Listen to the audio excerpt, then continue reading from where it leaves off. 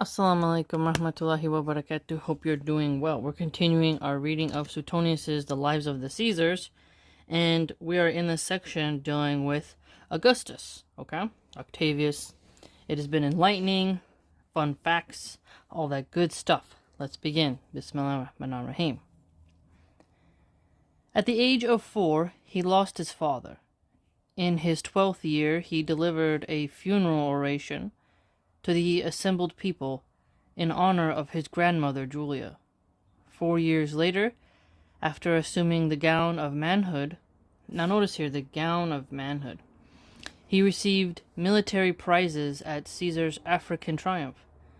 Although he had taken no part in the war on account of his youth, when his uncle presently went to Spain to engage the sons of Pompey, although Augustus had hardly yet recovered his strength after a severe illness, he followed over roads beset by the enemy with only very few companions, and that too after suffering shipwreck, and thereby greatly endangered himself to Caesar, who soon formed a high opinion of his character over and above the energy with which he had made the journey. And that's around 46 BC. We're dealing with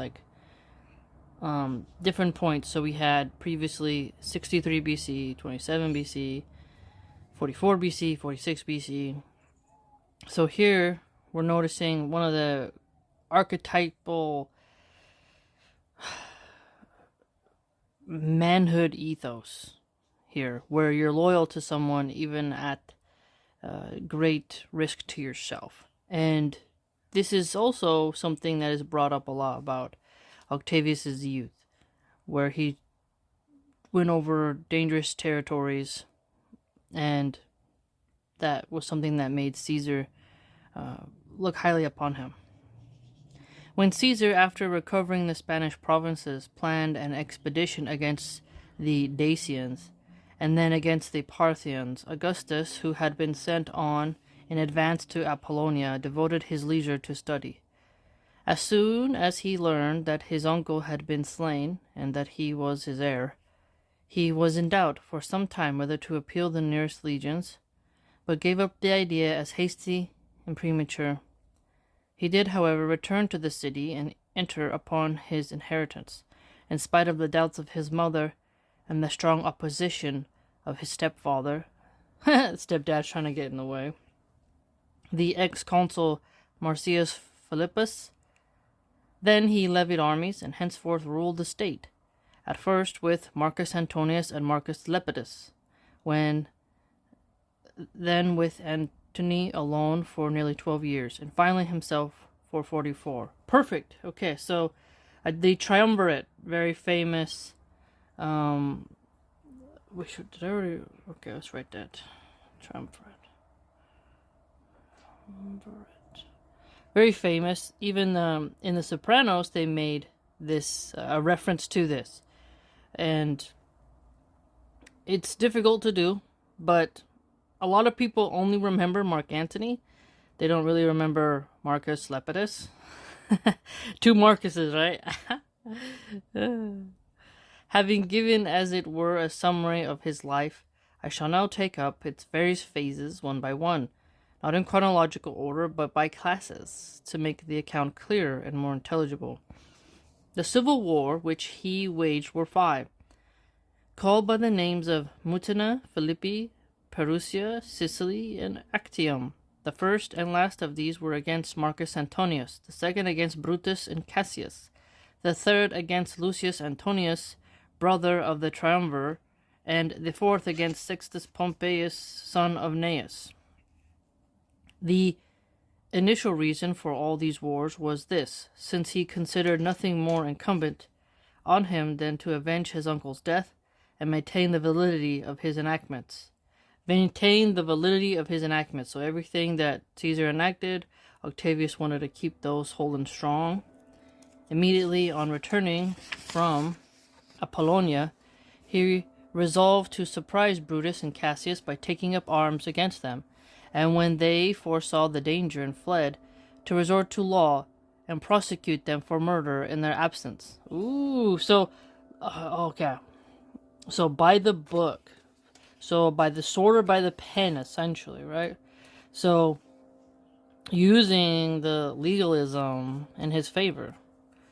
Furthermore, since those who had been appointed to celebrate Caesar's victory by games did not dare to do so, he gave them himself, to be able to carry out his other plans with more authority. He announced his candidature for the position of one of the tribunes of the people, who happened to die, though he was a patrician, and not yet senator. But when his designs were opposed by Marcus Antonius, who was then consul, and on whose help he had especially counted, and Antony would not allow him even common or ordinary justice without the premise of a heavy bribe, he went over to the aristocrats, who he knew detested Antony, especially because he was besieging Decimus Brutus at Mutina, and trying to drive him by force of arms from the province given him by Caesar and ratified by the Senate. Accordingly, at the advice of certain men, he hired assassins to kill Antony, and when the plot was discovered, fearing retaliation, he mustered veterans. By the use of all the money he could command, both for his own protection and that of the state, put in command of the army which he had raised, with the rank of propraetor. So, an assassin plot. And bidden to join with Heretius and Pansa, who had become consuls, and lending aid to Decimus Brutus, which he finished the war which had been entrusted to him within 3 months in 2 battles. Wow. In the former of these, so Antony writes, he took to flight, and was not seen again until the next day, when he returned without his cloak and his horse. But in that which followed, all agree that he played the part not only of a leader, but of a soldier as well, and that in the thick of the fight, when the eagle-bearer of his legion was sorely wounded, he shouldered the eagle and carried it for some time. So notice here, the eagle-bearing, very important to hold your standard, very interesting tradition. As Heretius lost his life in battle during this war, and Pansa shortly afterwards from a wound, the rumor spread that he had caused the death of both, in order that after Antony had been put to flight and the state bereft of its consuls, he might gain sole control of the victorious armies. The circumstances of Pansa's death in particular were so suspicious that the physician Glyco was imprisoned on the charge of having applied poison to his wound. Oh man. It's like the doctors even at this time, you're just trying to do your job and you're gonna get some trouble going down. Aquilius Niger had add to his that Augustus himself slew the other consul, Herodias, amid the confusion of the battle. But when he learned that Antony, after his flight, had found a protector in Marcus Lepidus, and that the rest of the leaders and armies were coming to terms with them, he abandoned the cause of the nobles without hesitation, alleging as a pretext for his change of allegiance the words and acts of certain of their number, asserting that some had called him a boy, while others had openly said that he ought to be honored and got rid of, to escape the necessity of making suitable recompense to him, or to his veterans, to show more plainly that he regretted his connection with the former party. He imposed a heavy fine on the people of Nursia, and banished them from their city when they were unable to pay it, because they had at public expense erected a monument to their citizens who were slain in the battles at Mutina, and inscribed upon it, "They fell for liberty." Notice here, being able to banish people if they don't pay something. I'm glad we don't have that kind of stuff, because you'd be in some trouble. You don't pay our taxes to the IRS. You are banished. banished henceforth. Then, forming a league with Antony and Lepidus, he finished the war of Philippi also in 2 battles. Although weakened by illness, we're now in 42 BC, by the way. Being driven from his camp in the first battle, and barely making his escape by fleeing to Antony's division, he did not use his victory with moderation, but after sending Brutus's head to Rome. What? To be cast at the feet of Caesar's statue. Okay, Brutus was beheaded? I don't remember that. So, hold on. Wow, so Brutus's beheading.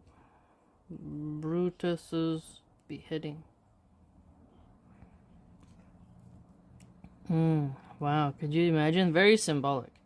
He vented his spleen upon the most distinguished of his captives, not even sparing them insulting language. For instance, to one man who begged humbly for burial, he is said to have replied, "The birds will soon settle that question."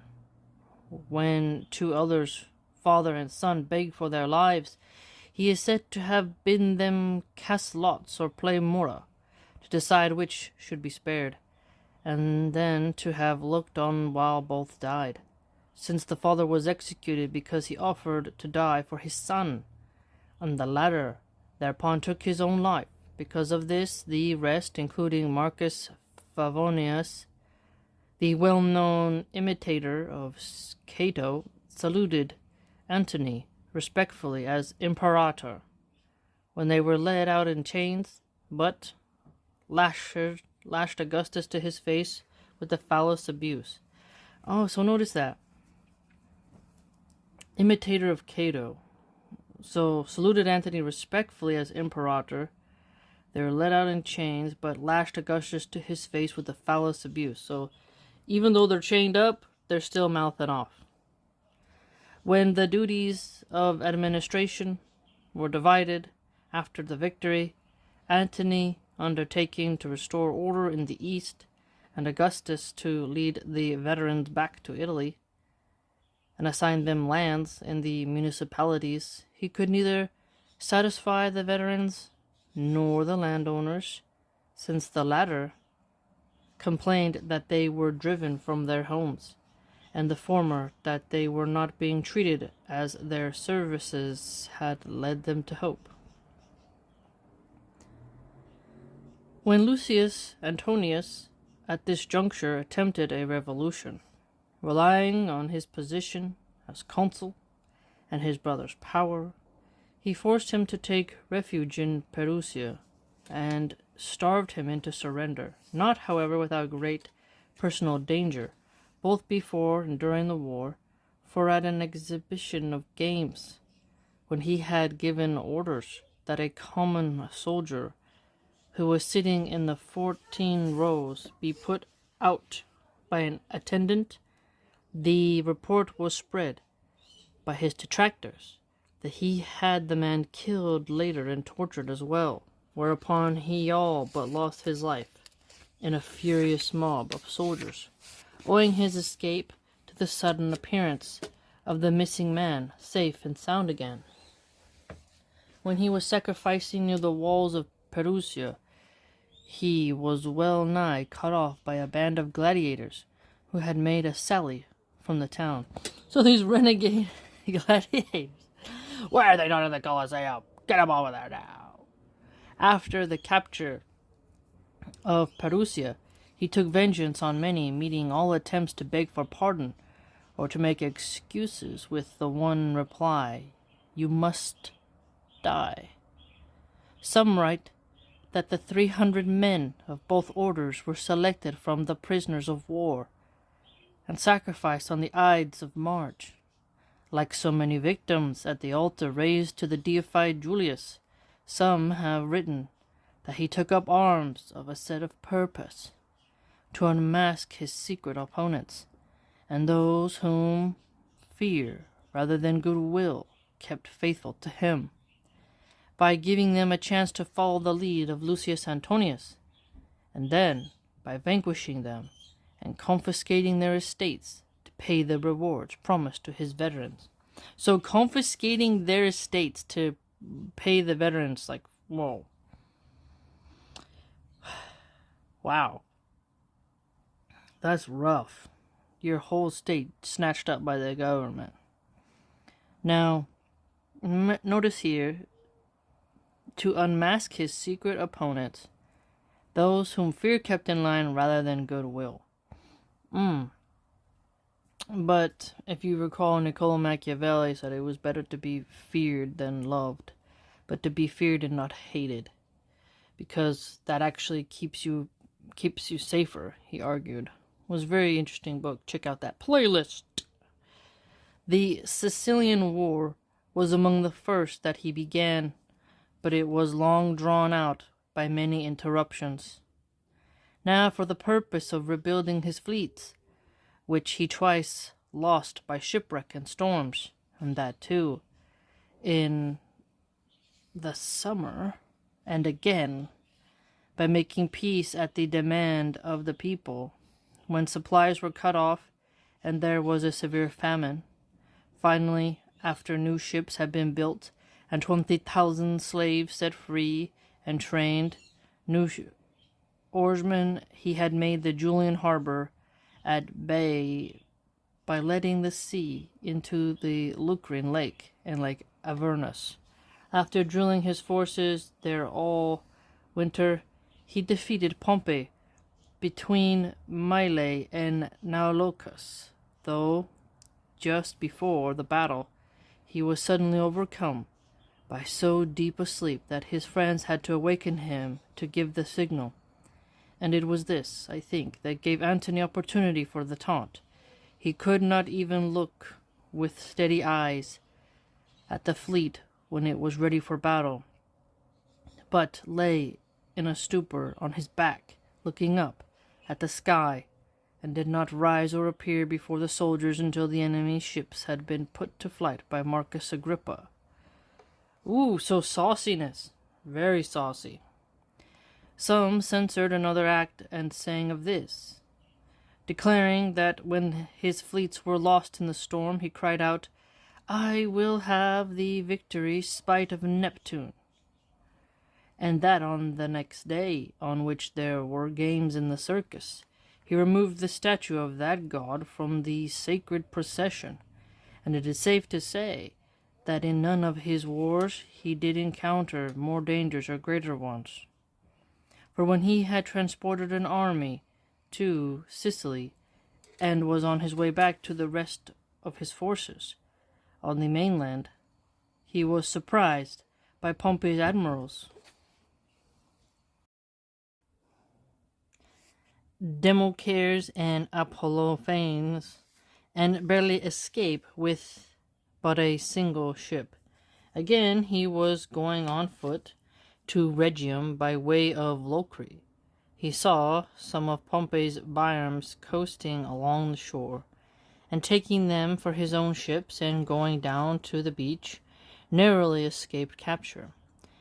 At that time, too, as he was making his escape by narrow bypaths, a slave of his companion Aemilius Paulus, nursing a grudge because Augustus had proscribed his master's father some time before, and thinking that he had an opportunity for revenge, attempted to slay him. After Pompey's flight, Augustus's other colleagues, Marcus Lepidus, whom he had summoned from Africa to help him, was puffed up by confidence in his 20 legions, and claimed the first place with terrible threats. But Augustus stripped him of his army, and though he granted him his life when he sued for it, he banished him for all time to Circe. At last he broke off his alliance with Marcus Antonius, which was always doubtful and uncertain, and with difficulty kept alive by various reconciliations. So they had so constantly having to forgive and reconcile their differences, but it was not an easy friendship, as it so states here. And the better to show that his rival had fallen away from conduct becoming a citizen. He had the will which Antony had left in Rome, naming his children by Cleopatra among his heirs, opened and read before the people. But when Antony was declared a public enemy, he sent back to him all his kinsfolk and friends, among others Gaius, Sosius, and Titus Domitius, who were still consuls at the time. He also accused the community of Bononia from joining in the rally of all Italy to his standards, since they had been from ancient days dependents of Antony. Not long afterwards he won the sea fight at Actium, where the contest continued to so late an hour that the victor passed the night on board, having gone into winter quarters at Samos after Actium. He was disturbed by the news of a mutiny of the troops that he had selected from every division of his army and sent on to Brundisium after the victory, who demanded their rewards and discharge, and on his way back to Italy he twice encountered storms at sea. First between the headland of the Peloponnesus and Aetolia, and again off the Ceruan mountains. In both places a part of his galleys were sunk, while the rigging of the ship in which he was sailing was carried away, and its rudder broken. He delayed at Brundisium only 27 days, just long enough to satisfy all the demands of the soldiers, and then went to Egypt by a roundabout way through Asia and Syria, laid siege to Alexandria, where Antony had taken refuge with Cleopatra. So here we see Cleopatra and Antony being lovers, and soon took the city. Although Antony tried to make terms at the 11th hour, Augustus forced him to to delete himself, and viewed his corpse. He greatly desired to save Cleopatra alive for his triumph, and even had Phaesili brought to her to suck the poison from her wound, since it was thought that she died from the bite of an asp, or a snake. So Antony tried to make an appeal at the 11th hour, aka before midnight, get it? And when the clock had struck, ding, ding, ding, for his life. But he fell upon his sword, as they say, and Cleopatra decided to use a snake, it appears. He allowed them both the honor of burial, and in the same tomb, giving orders that the mausoleum which they had begun should be finished.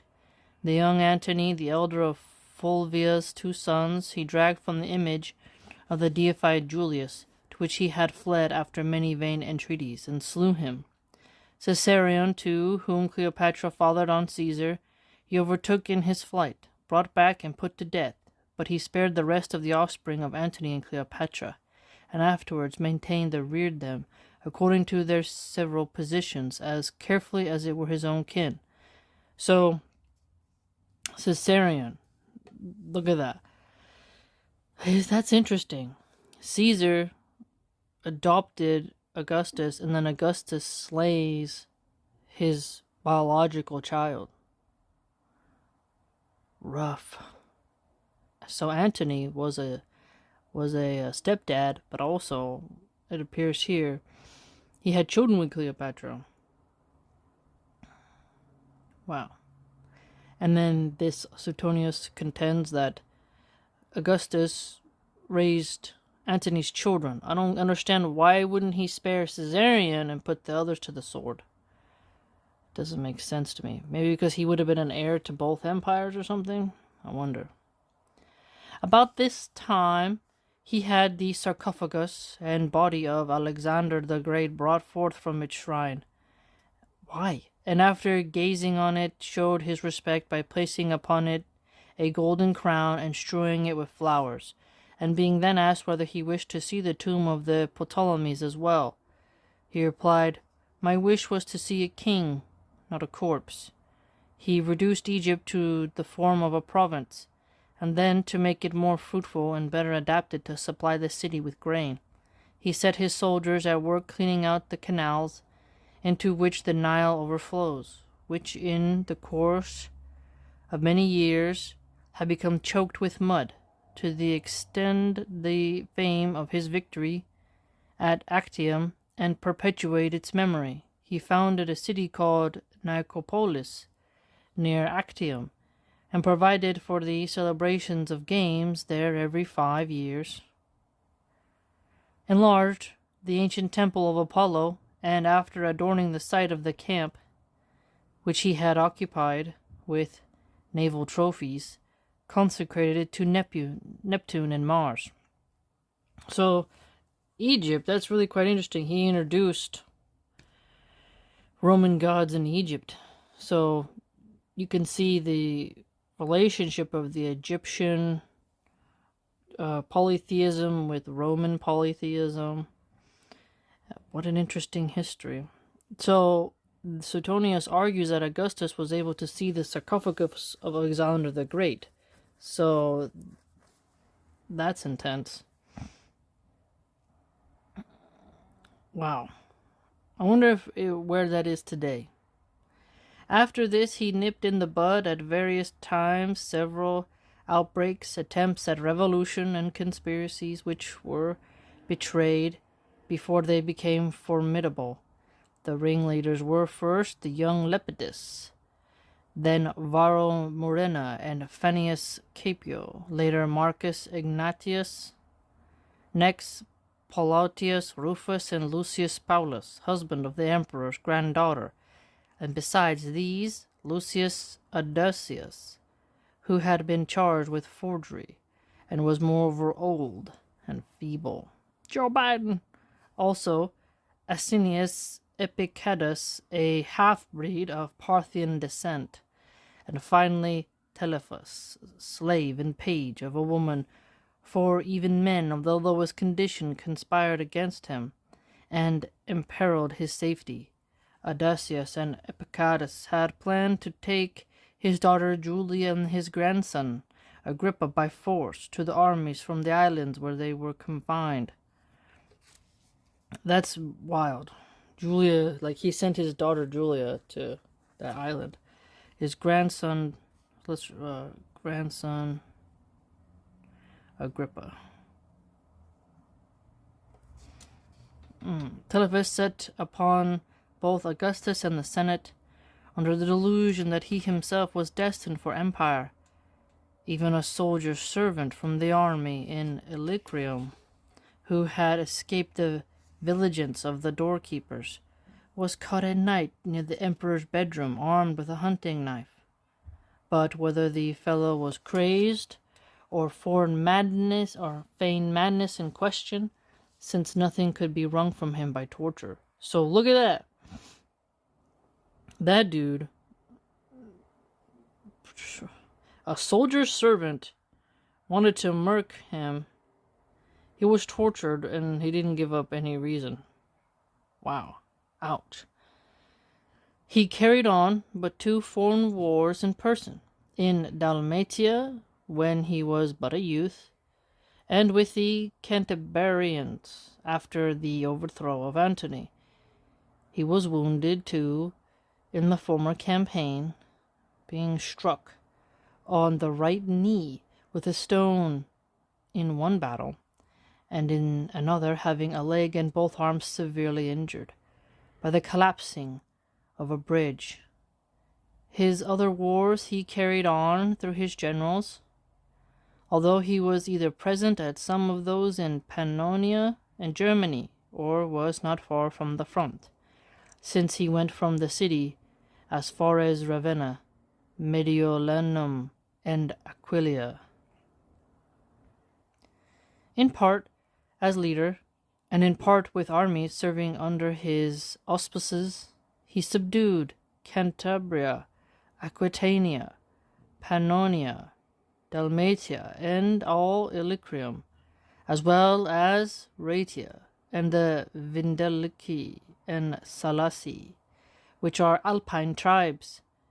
He also put a stop to the inroads of the Dacians, slaying great numbers of them, together with 3 of their leaders, and forced the Germans back to their farther side of the river Albis, with the exception of the Suebi and Segambri, who submitted to him, and were taken into Gaul and settled in lands near the Rhine.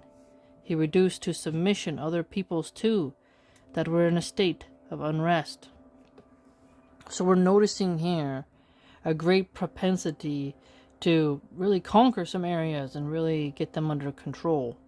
So subduing them and placing the Roman leadership above them, really transforming them as well.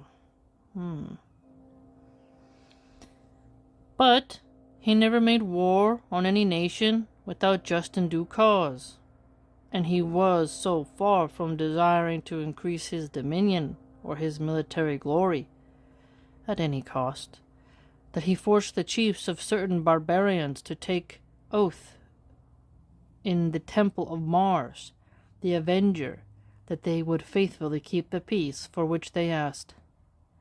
In some cases, indeed, he tried exacting a new kind of hostages, namely women, realizing that the barbarians... So, female hostages?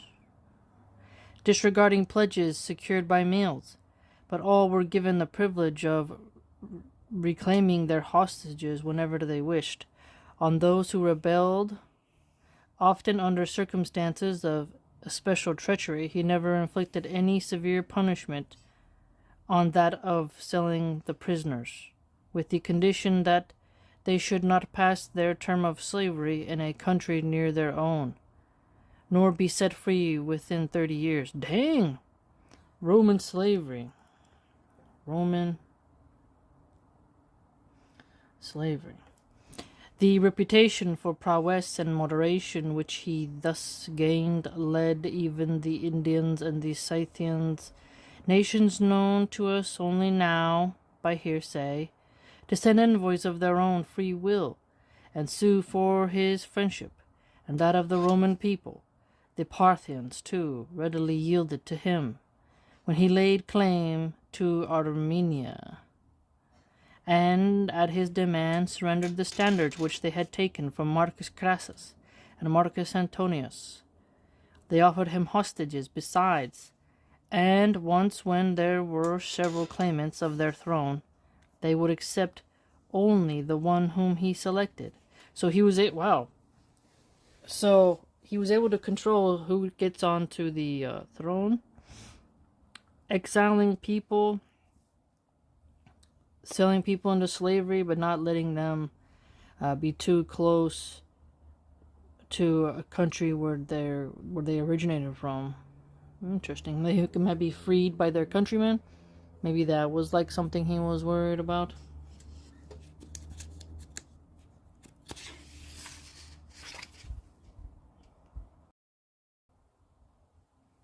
The temple of Janus Quirinius, which had been closed but twice before his time, since the founding of the city, he closed 3 times in a far shorter period. Having won peace on the land and sea, he twice entered the city in an ovation after the war of Philippi, and again after that in Sicily, and he celebrated 3 regular triumphs for his victories in Dalmatia, at Actium, and at Alexandria, all on 3 successive days. He suffered but 2 severe and ignominious defeats, those of Lollius and Varus, both of which were in Germany. Of these, the former was humiliating than serious, but the latter was almost fatal, since 3 legions were cut to pieces with their general, his lieutenants, and the auxiliaries. Brutal, ouch. When the news of this came, he ordered that watch be kept by night throughout the city to prevent any outbreak, and he prolonged the terms of the governors of the provinces. So, look at that. So, he was able to be like, hey, if you keep that peace, I'll make sure you're in office longer. A lot of shenanigans.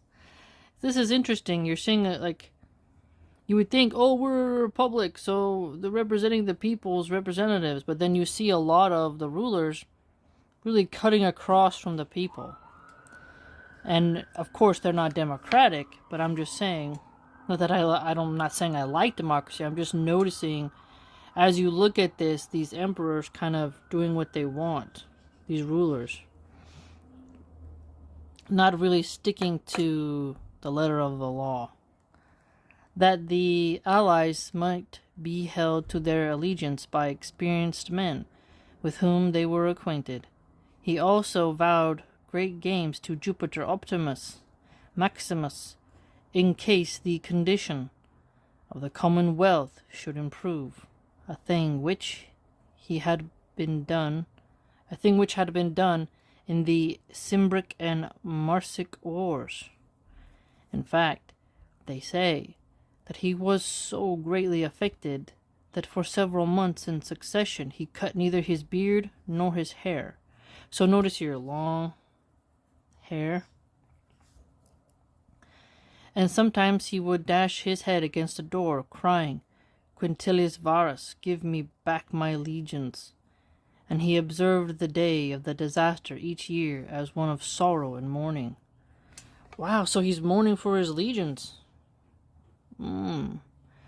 So, in Germany, wow, just having one of his, battles affect him that deeply.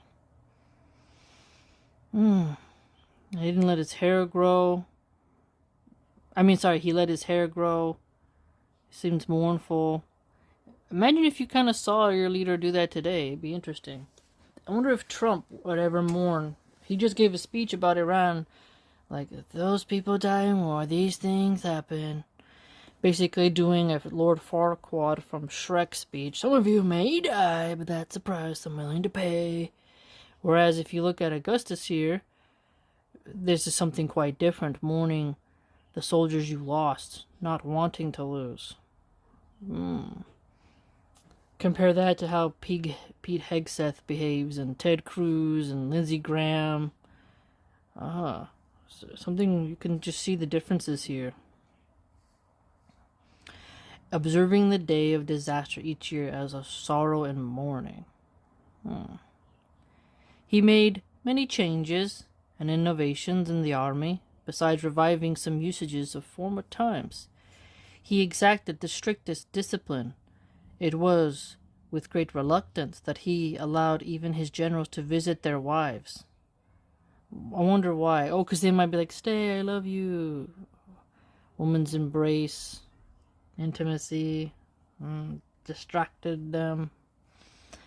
Interesting. And then only in the winter season, he sold a Roman knight and his property at public auction, because he had cut off the thumbs of 2 young sons to make them unfit for military service. But when he saw... So if you don't have a thumb, you can... Oh, yeah! That's weird. So a Roman knight and his property at public auction.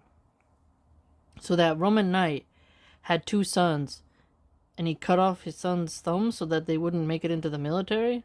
Is that it? But when he saw that some tax gatherers were intent upon buying him, he knocked him down to a freeman of his own, with the understanding that he should be banished to the country districts, but allowed to live in freedom. He dismissed the entire 10th Legion in disgrace, because they were insubordinate, and others too that demanded their discharge in an insolent fashion. He disbanded without the rewards with which would have been due to faithful service. So I was going to say, if you just let them off the hook, then what? But the 10th Legion, they're insubordinate, they're not really doing that great, and so he's like, okay, you don't get your rewards. Incentive, so they don't get their incentives. If any cohorts gave way in battle, he decimated them and fed the rest on barley. When centurions left their posts. So notice, fed the rest on barley. This reminds me of when the prophet, peace be upon him, only sometimes had barley bread in his home. Barley is a very tough grain. I don't really like it. You can have it in soup, but it's always too chewy. I just don't like it very much. When centurions left their posts, he punished them with death, just as he did the rank and file. So, death punishment.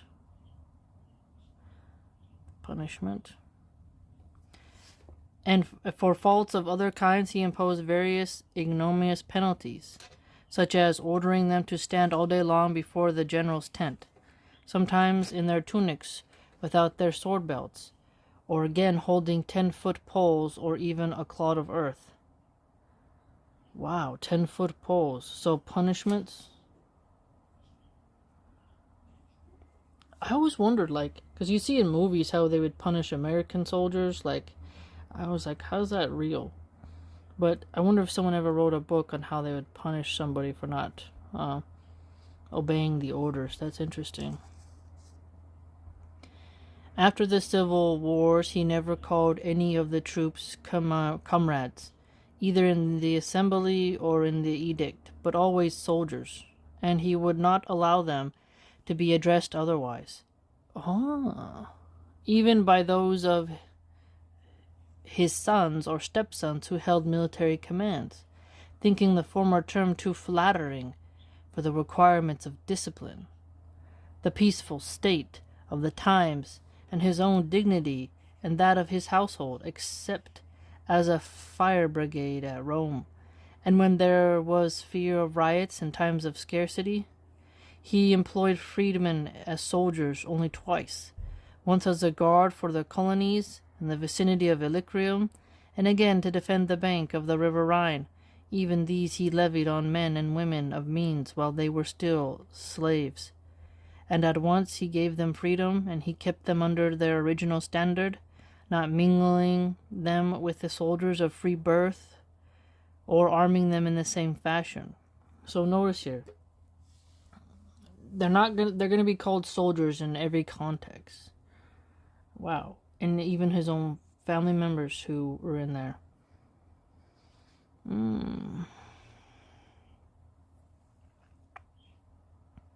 As military prizes, he was somewhat more ready to give trappings or collars, valuables for their gold and silver, than crowns for scaling ramparts or walls, which conferred high honor. Oh, cool! That you can scale a rampart or a wall? That's intense.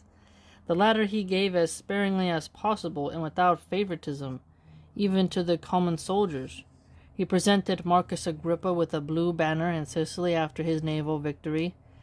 Those who had celebrated triumphs were the only ones whom he thought ineligible for prizes, even though they had been the companions of his campaigns and shared in his victories, on the ground that they themselves had the privilege of bestowing such honors wherever they wished. He thought nothing less becoming in a well-trained leader than haste and rashness, and accordingly favorite sayings of his were, quote, more haste, less speed. Better a safe commander than a bold, and that is done quickly enough which is done well enough. He used to say that a war or a battle should not be begun under any circumstances unless the hope of gain was clearly greater than the fear of the loss. For he likened such as grasped at slight gains with no slight risk to those who fished with a golden hook, the loss of which, if it were carried off, could not be made good by any catch. So that's an interesting phrase here. Better a safe commander than a bold. But that's the opposite of Alexander's fortune favors the bold. Better safe than sorry. Brashness, reckless, heedless, daring, courageous. Lots of words come to mind. So you can see different military styles. Truly, with these leaders. Genghis Khan, Sun Tzu. Here you have Octavius. Khalid bin al-Walid. Lots of different warriors showing you what they think. He received offices and honors before the usual age, and some of a new kind, and for life. He usurped the consulship in the 20th year of his age. 20th year, so he's 20 years old. What are 20-year-olds doing? This is wild. It's like, wow, you look at the men back in these days, founding fathers, in Islam, young men getting opportunities, ancient Rome, and you look at ours, have we infantilized our men with too much education? I wonder. Leading his, like a delayed childhood, like a, not delayed childhood, prolonged childhood, right? The infantilization. Leading his legions against the city as if it were that of an enemy, and sending messengers to demand the office for him in the name of his army. And, when the Senate hesitated, his centurion, Cornelius, leader of the deputation, throwing back his cloak and showing the hilt of his sword, did not hesitate to say in the house, "This will make him consul if you do not." Wow. He held his second consulship 9 years later, and a third after a year's interval. The rest, up to the 11th, were in successive years. Then, after declining a number of terms that were offered him, he asked of his own accord for a 12th after a long interval. No less than 17 years, and 2 years later for 13th, wishing to hold the highest magistracy at the time when he introduced each of his sons, Gaius and Lucius, to public life upon their coming of age. Coming of age, we need that for young men. The 5 consulships from the 6th to the 10th he held for the full year, the rest for 9, 6, 4, or 3 months, except the 2nd, which lasted only a few hours, after sitting for a short time on the curule chair in front of the temple of Jupiter Capitolonius. In the early morning he resigned the honor on the calends of January, and appointed another in his place. He did not begin all his consulship in Rome, but the 4th in Asia, the 5th on the Isles of Samos, and the 8th on the 9th at Tarraco. He was for 10 years a member of the triumvirate for restoring the state to order, and though he opposed his colleagues for some time and tried to prevent a proscription, yet when it was begun he carried it through with great severity than either of them. For while they could oftentimes be moved by personal influence and entreaties, he alone was most insistent that no one should be spared. So during the triumvirate, he didn't want to have a proscription, like where you're going to be like drafted, like you gotta, and he went on to keep people qualified to have that service enacted on them. Whereas we're seeing others here, they would bribe their way out, use their leverage, their networks, their friendships to get other people not to be selected. And pleased entreaties, like when people kind of bribe, beg, persuade someone, he was able to be like, no, I'm not going to accept this. You're going to be enlisted as well. Interesting. No, he's not granting many exceptions, we're seeing. Even adding to the list his guardian Gaius Tyrannius, who had also been the colleague of his father Octavius in the aedileship. Julius Suetonius adds that after the proscription was over, Marcus Lepidus addressed the Senate in justification of the past, and held out hope of leniency thereafter, since enough punishment had been inflicted, but that Augustus, on the contrary, declared that he had consented to end the proscription, only on condition that he was allowed a free hand for the future. However, to show his regret for this inflexibility, he later honored Titus Venius Philopoemen with equestrian rank, because it was said, that he had hidden his patron, who was on the list. Wow, so people hiding, not wanting to be put in the military. That's intense.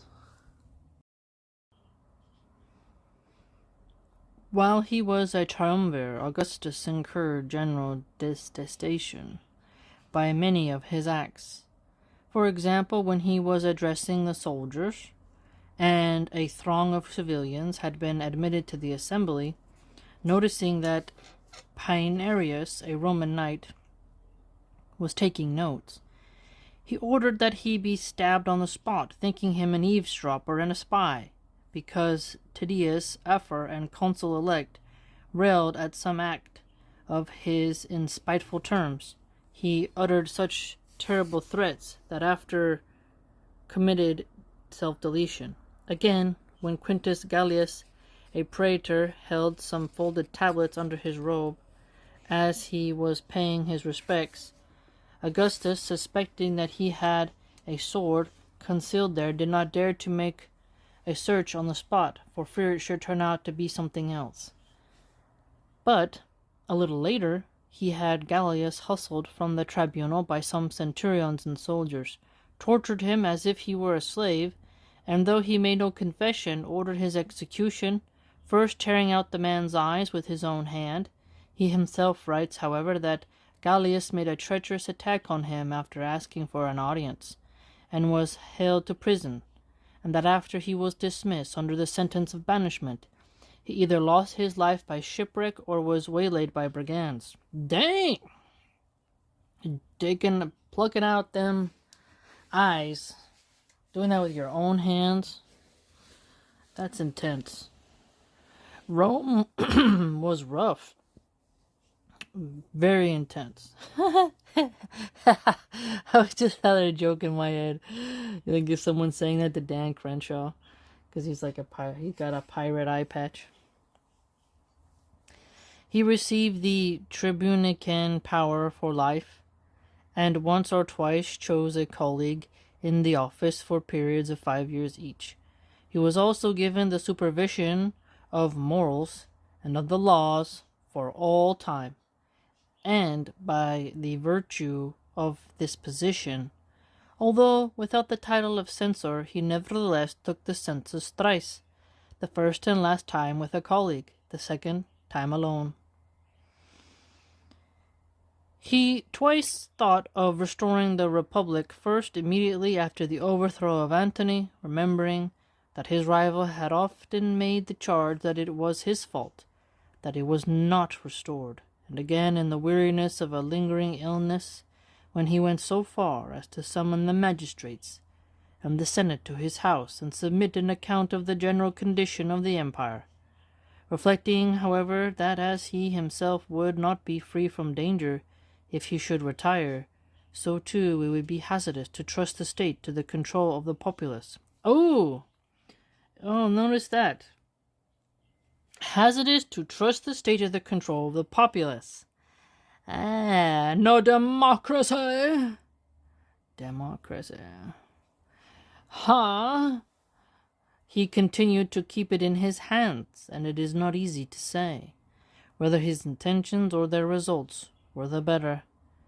His good intentions he not only expressed from time to time, but put them on record as well as an edict in the following words, quote, "May it be my privilege to establish the state in a firm and secure position, and reap from that act the fruit that I desire, but only if I may be called the author of the best possible government, and bear with me the hope, when I die, that the foundations which I have laid for every state will remain unshaken."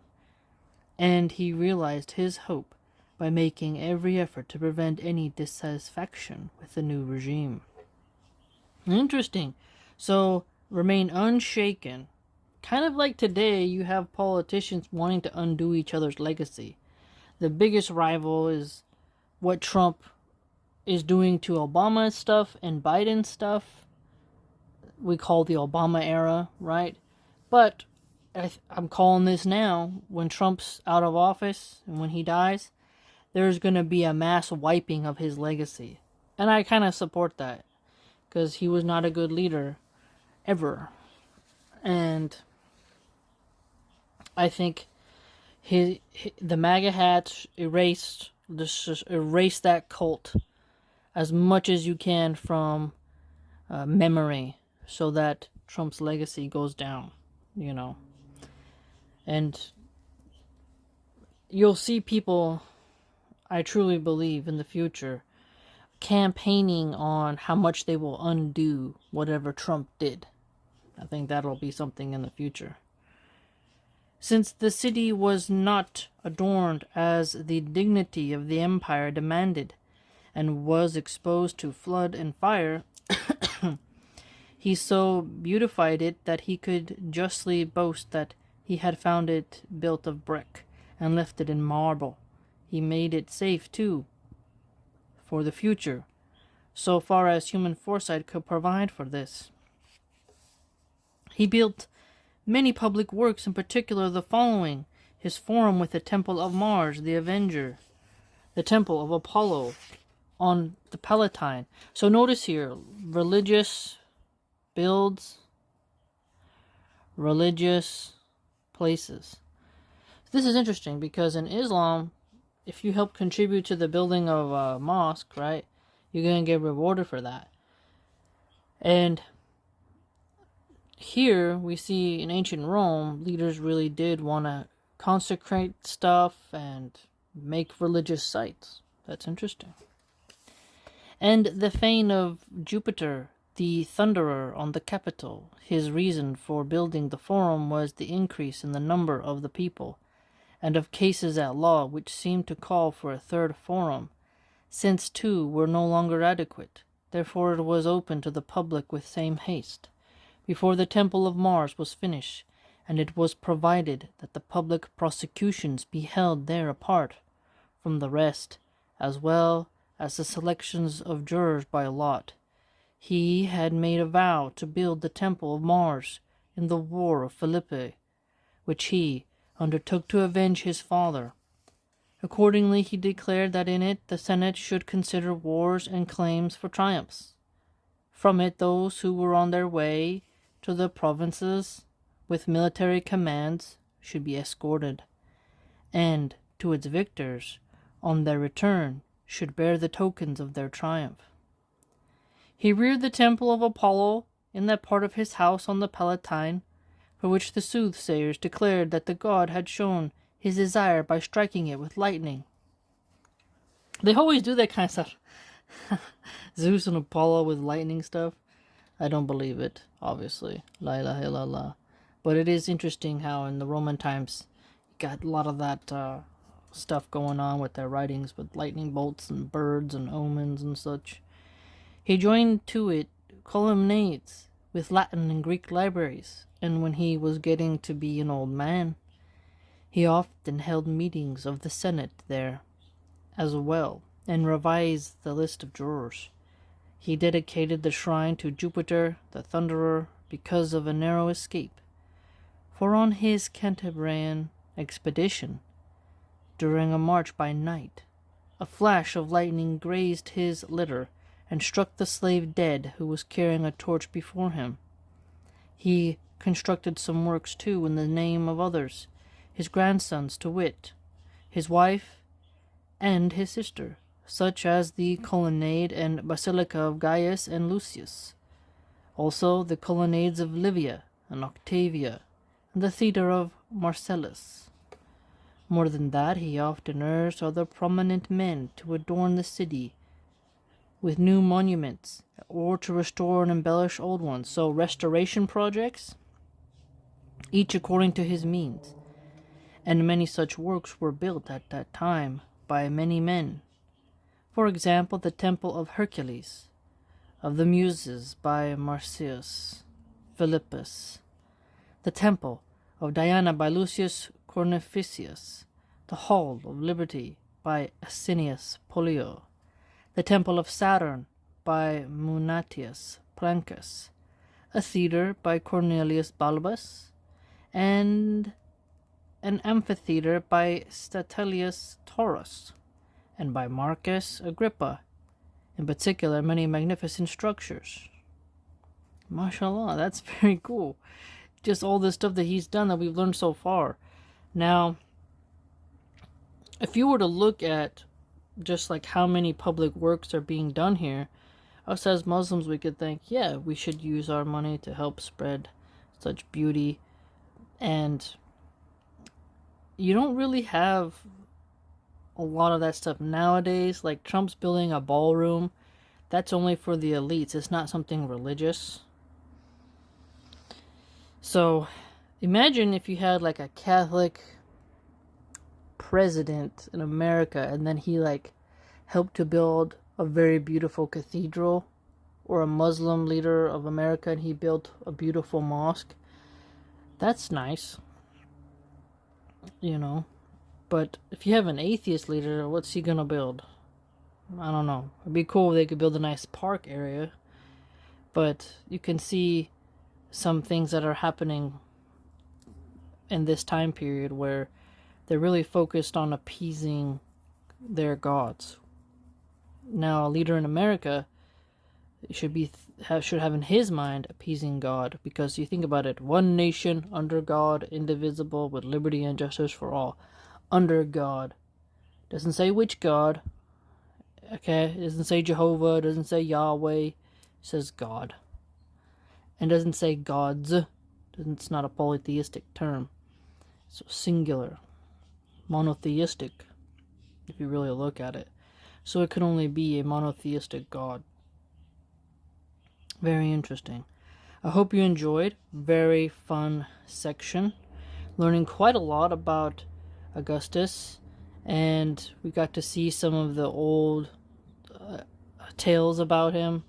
His rival with Mark Antony. How Mark Antony died. Cleopatra. Caesar's son, Caesarius. His banishing of his daughter. Lots going on here. We have Livia, we have Octavia's grandsons.